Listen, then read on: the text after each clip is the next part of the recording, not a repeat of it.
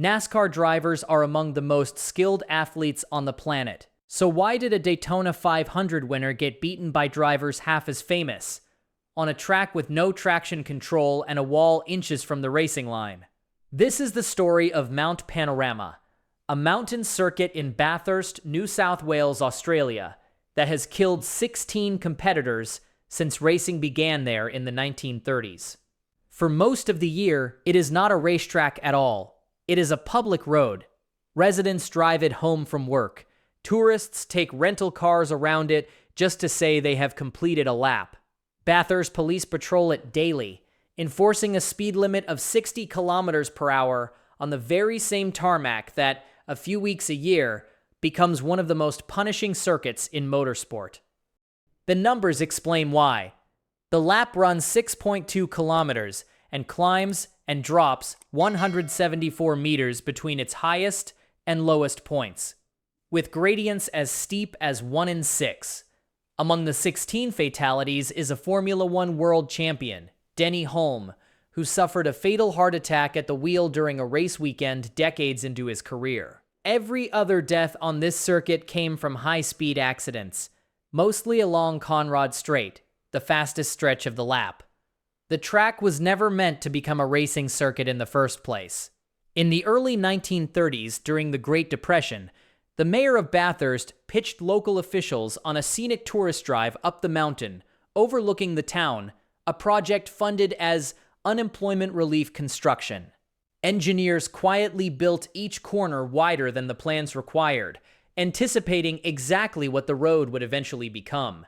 It opened on March 17, 1938, and has hosted racing in some form ever since. That origin still shapes the character of the track today. It was never designed with racing lines, runoff areas, or gravel traps in mind. It was designed as a road for regular cars, which is why residents still live along it, and why the public can still drive both directions around the entire lap, provided they do not exceed that same 60 km/h limit. Now consider what happens when 600 horsepower race cars are let loose on that same road at nearly 5 times that speed. Start with the machines themselves, because they could not be built more differently. NASCAR's current next-generation Cup car weighs a minimum of around 3,200 pounds without the driver and produces up to 670 horsepower on most tracks. It runs a 5-speed sequential gearbox, and NASCAR drivers do not use the clutch to downshift during a race.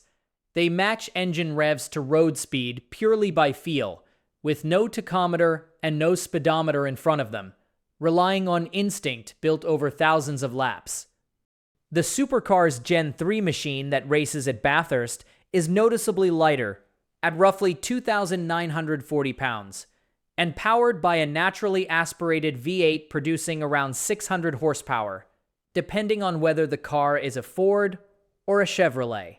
Drivers heel and toe by hand, blipping the throttle with the side of the right foot while the heel still presses the brake, dropping 2 gears at once on a descent steep enough to make ears pop on the way down. Supercars also run a spool differential, a locked rear end with no torque distribution between the 2 rear wheels at all.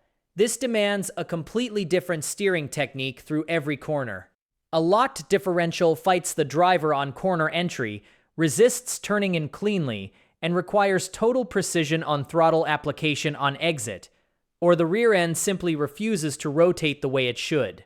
NASCAR's next-generation car, by comparison, runs a modern limited slip differential that behaves far more conventionally. The consequence of a mistake also differs sharply between the two disciplines.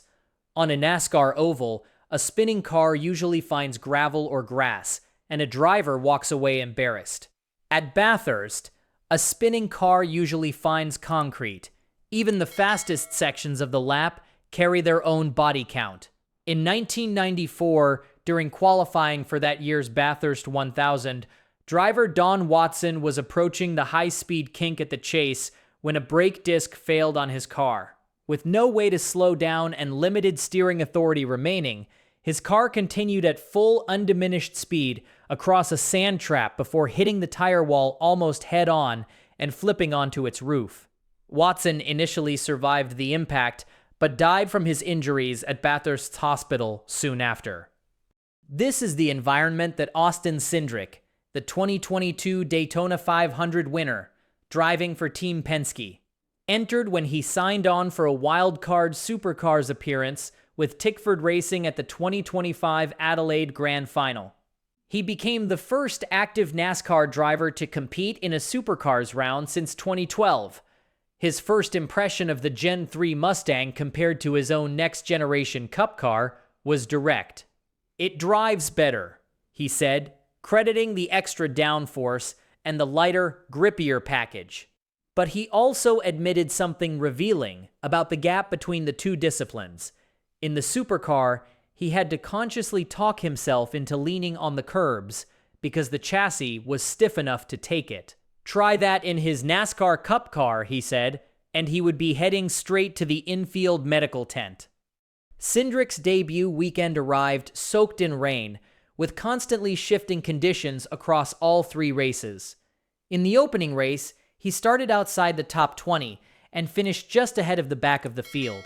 Across the full weekend, in a 25-car field made up of full-time Supercars professionals, Cindric's best result was 21st, and in the final race, he crossed the line 23rd. He called it chaotic and said he was only mildly satisfied, while insisting he wanted to keep improving. "My first race was wet," Cindric said afterward. "I think that's kind of the extent of it. I didn't finish last, but obviously a lot going on." Cindric did not walk into this unprepared.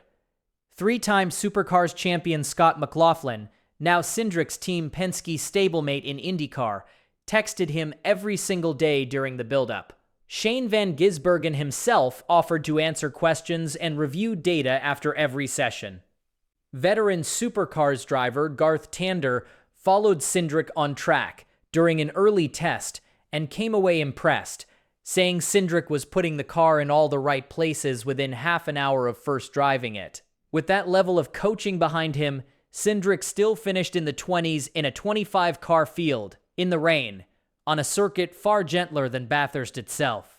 That gap between the two disciplines also shows up in how each treats contact with the wall. In NASCAR, using the wall is a deliberate strategy. The bump and run is a normal piece of racecraft, baked into the sport since its earliest days. At Bathurst, that margin barely exists. NASCAR cars are engineered with soft body construction, specifically so they can absorb wall contact and keep racing. Supercars' Gen 3 machines are built stiffer, more like a genuine road-going sports car, precisely because contact is not supposed to happen in the first place. Certain corners at Bathurst have built entire reputations on punishing exactly that kind of mistake. The cutting is a pair of tight left-handers leading into a steep exit, where a spin makes it almost impossible to get the car moving forward again. In 2005, drivers Marcos Ambrose and Greg Murphy collided at this exact spot after neither would give way, partially blocking the circuit. McPhillamy Park is a fast downhill left-hander that is completely blind because of a crest right before the turn-in point. Bathurst legend Alan Moffat hit that wall head-on during practice in 1986, while sharing the car with his longtime rival Peter Brock. A year later, British driver Wyn Percy crashed at almost the exact same spot in almost the exact same way. Griffin's Bend has punished drivers who drift wide on exit for decades, including a fiery 2011 crash after driver David Bernard left pit lane with insufficient front brake pressure on fresh brakes. Quarry Corner carries its own scar tissue. In 1980, race leader Dick Johnson struck a large rock that had been dislodged from the spectator area, destroying his car while he was out front and cruising toward what looked like a certain win. Then there is Conrad Straight itself, the fastest stretch of the entire lap. So many fatal accidents happened there at full speed that in 1987, following a fatal crash the year before, officials carved a high-speed chicane called the Chase directly into the straight to force cars to slow before the final corners. Even the very top of the mountain is not safe ground.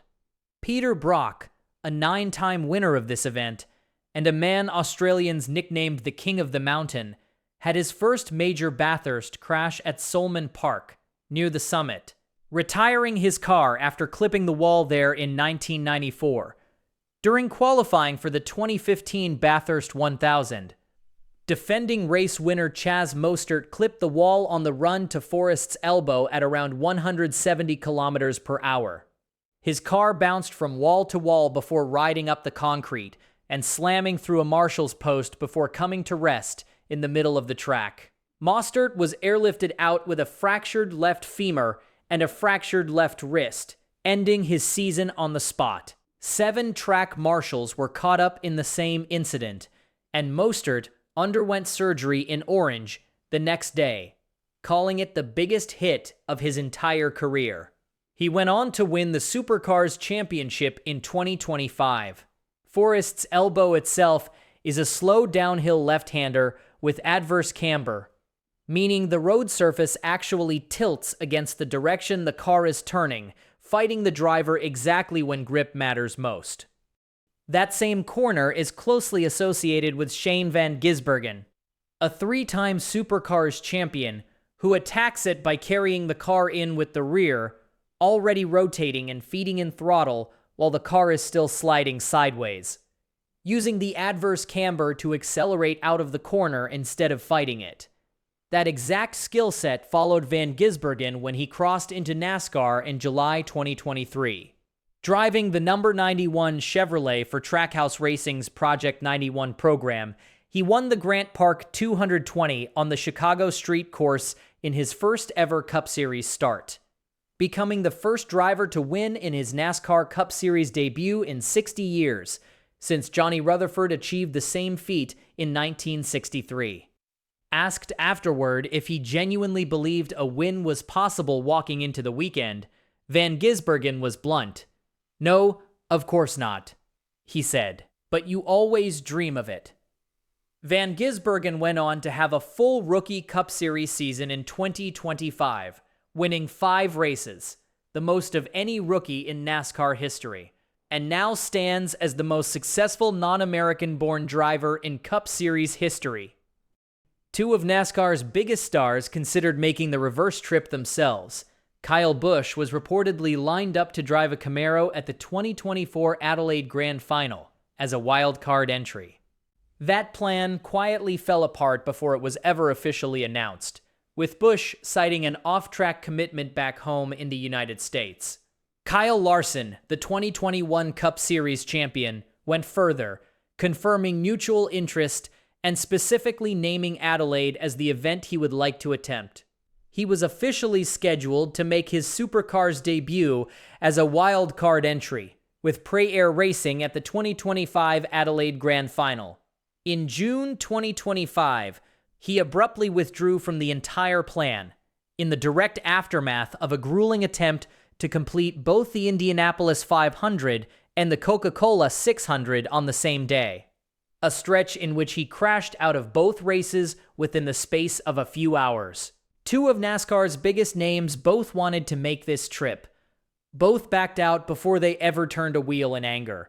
The only driver who has actually done it under real race conditions, Austin Cindric, finished 21st and 23rd in a 25-car field, on a circuit that is not even Bathurst itself, just its flatter and comparatively forgiving street course cousin in Adelaide. There was no 174-meter elevation change through the Adelaide street circuit, no blind crest at McPhillamy Park, and no adverse camber dragging the car sideways at Forest's Elbow. That makes Cindric's finishing position more telling, not less. A Daytona 500 winner, coached by 2 of Supercars' greatest drivers, struggled to crack the top 20 on the gentler cousin of this mountain. The real Bathurst 1000 remains a different proposition entirely, one that no current NASCAR driver has yet attempted.